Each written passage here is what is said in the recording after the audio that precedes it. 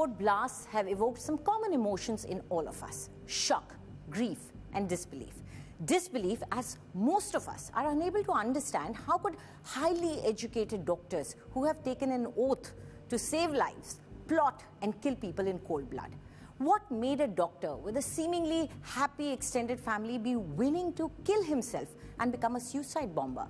In our special show today, we take a deep dive into the psyche of a suicide bomber. What can possibly convince a rational mind to overlook self-preservation and become an instrument of terror? The story of the unraveling of the plot begins in October. It was October 18th, a night etched into the silence of a peaceful village in Jammu and Kashmir. Just past 11 p.m., the calm is shattered. There is a knock on the door of a house. It is a team of police officers from Jammu and Kashmir. In modest house in the village of Shopian, people are sound asleep, unaware of the storm about to unfold. A woman opens the door, and moments later, the police asked if Irfan Ahmed was at home.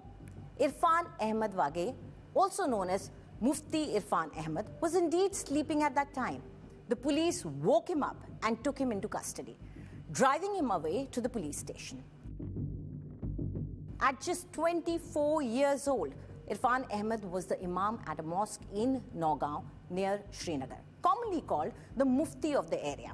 Despite his role as a religious teacher, his education was limited. He had studied only up to the 3rd grade before pursuing religious studies and eventually traveling to Deoband to become a mufti. His background was modest, but what followed would reveal a disturbing truth. Within 24 hours, on October 19th, a poster appeared outside the mosque in Nagaon, where Mufti Irfan Ahmed offered prayers.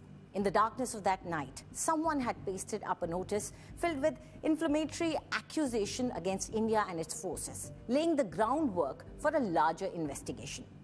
As the police interrogated Mufti Irfan Ahmed, more names surfaced: Arif Nisar Dar, Yasir ul Ashraf, and Maqsood Ahmed Dar, neighbors from the village of Shopian. Slowly, the picture began to clarify: a module, a network with apparently sinister aims.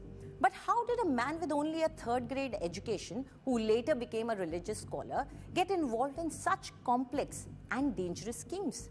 That was just the beginning of the story. It was not just radicalization of 1 or 2 men that was achieved by this third-pass mufti. He managed to create a suicide bomber, Dr. Umar Nabi, a man so radicalized that he was instrumental in radicalizing more doctors. He was also grooming more suicide bombers for their ultimate mission of mayhem on December 6th, a revenge for the demolition of Babri Masjid. The motivation does not require any degree of education, and even the less educated people or normally educated people can motivate others, maybe elder to them or maybe more educated to them. This motivation requires only a practice of speech and how they can convince the people. This is the quality which requires for motivational. Further investigations reveal that Mufti Irfan Ahmed had connections beyond Kashmir. One notable link was Dr. Muzammil, a doctor he had met at a hospital in Srinagar during a visit. Over time, their relationship deepened, and Dr. Muzammil, along with other medical professionals, Dr. Adil, Dr. Shaheen, and Dr. Umar, became part of a broader network. It was Mufti Irfan Ahmed who, through his acquaintance and their acquaintance, started weaving a dangerous web. Meanwhile, in Faridabad, some 800 kilometers away, a key figure emerged: Maulana Ishtiyaq, associated with Al-Falah University, where Dr. Muzammil and others worked. His house in Dhauj, Faridabad, would become a critical link. It was here that over 350 kilograms of ammonium nitrate was eventually recovered, an explosive ingredient carefully stockpiled over months. From July to November, this network meticulously bought small quantities of ammonium nitrate from shops across Faridabad and Gurugram and knew just a few kilograms at a time to avoid suspicion. They even rented a house from Maulana Ishtiyaq, using it as a storage point for their sinister stockpile. Over 4 months, they accumulated nearly 3,000 kilograms of explosives and other chemicals, yet, astonishingly, the authorities remained completely unaware of the scale and intentions behind these preparations. The plot extended deeper. The masterminds, Mufti Irfan Ahmed and Maulana Ishtiaq, were actively working to radicalize individuals, likely utilizing religious influence to further their aims. And behind the scenes, there were links to terrorist organizations, most notably Jaish-e-Mohammed, raising alarms about what their plans might have been. And then on November 9th, as Jammu and Kashmir police raided the house of Maulana Ishtiaq, they seized over 2,900 kilograms of ammonium nitrate and other chemicals prepared and stored over months, ready to use, and the full scale of this module was laid bare. A bomb-making operation that could have unleashed destruction in the heart of India. In the aftermath, a link was established to a planned attack at the Red Fort in Delhi. Dr. Muzammil and Dr. Adil admitted to planning the bomb, but insisted that the target was not yet chosen and their operations were limited to the creation and procurement of materials.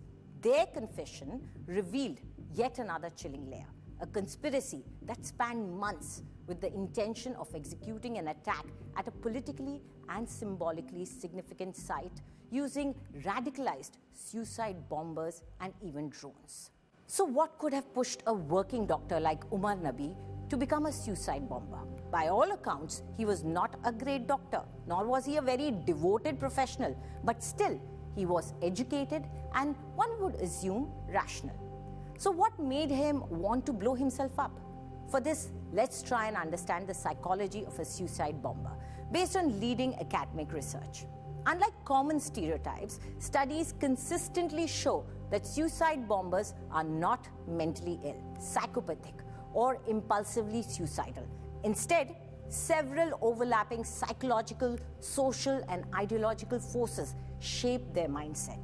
Here is a breakdown using analysis from major experts. Firstly, why do we say they are not psychopaths? Well, this is according to Dr. Ariel Mirari, an Israeli psychologist and terrorism researcher. Mirari conducted direct psychological assessments of would-be suicide bombers, those who were caught alive.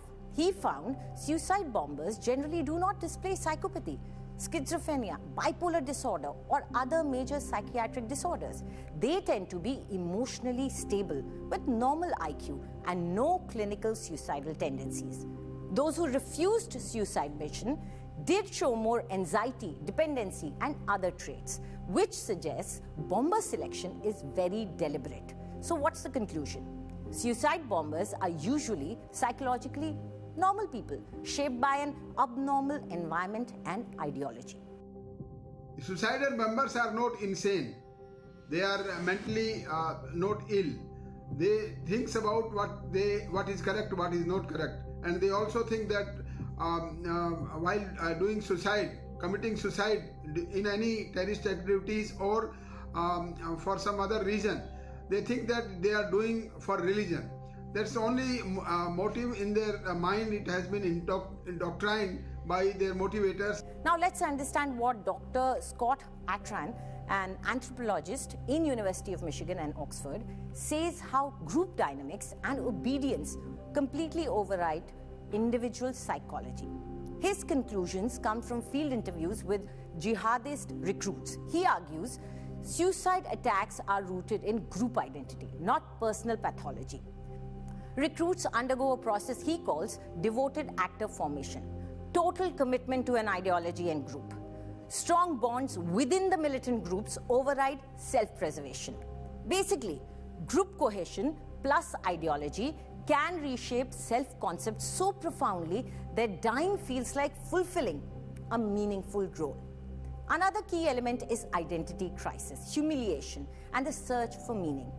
Dr. Gerald Post, a psychiatrist and founder of CIA's Center for Analysis of Personality and Political Behavior, believed that suicide bombers often experience identity fractures caused by personal, social, or political humiliation. And to such an individual, the extremist groups offer a new identity, sense of belonging, mission larger than oneself, and a belief that martyrdom transforms shame into honor.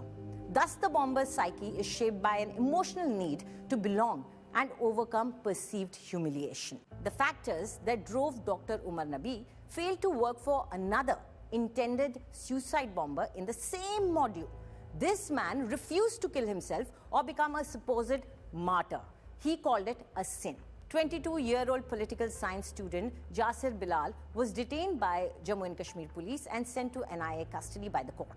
Jasir refused to die for his cause, despite repeated attempts of radicalization by Dr. Umar. In fact, if you observe the video of Umar Nabi, where he talks about suicide bombing, it's clear that he's trying to sell the idea to some non-believer. While Jasir may have lived, his actions led his father, a dry fruit seller Bilal, to die by suicide. He was reportedly called in for questioning after his son's detention. Bilal poured kerosene over himself and eventually died of burn injuries. The incident occurred after Jasir Bilal and his uncle, Naveed Wani, were detained by the police for questioning in connection with the Delhi Red Fort car blast and the related terror module. Arrested doctors revealed in interrogation that Jasir Bilal was being radicalized for suicide bombing since 2023 by Dr. Umar. But when, in 2025, he was asked to carry out the attack, he refused, saying that suicide is sin in Islam. Jasir encountered the terror module at a mosque in Kulgam in October 2023.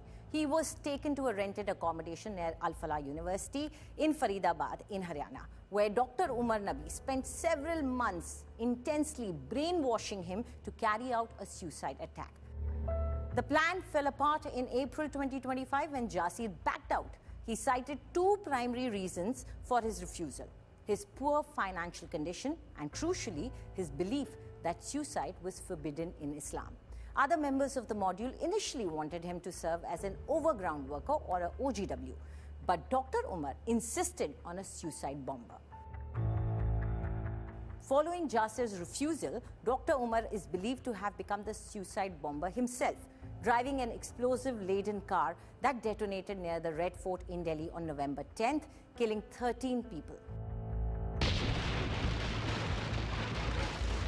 DNA samples from the human remains in the car matched those in Dr. Umar's mother, confirming his identity as the bomber. Jasir's detention and interrogation, which occurred after the arrest of other co-accused doctors, were instrumental in helping the Srinagar police unravel the entire interstate terror network linked to the banned Jaish-e-Mohammed.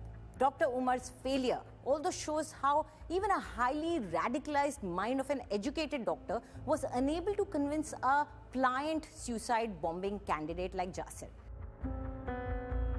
Traditionally, the profile of a typical suicide bomber was that they were almost always male, would be young, ranging in age from 16 to 28, would come from poor backgrounds and have limited education. However, this is a stereotype which has struggled to fit suicide terrorists more and more in recent years globally.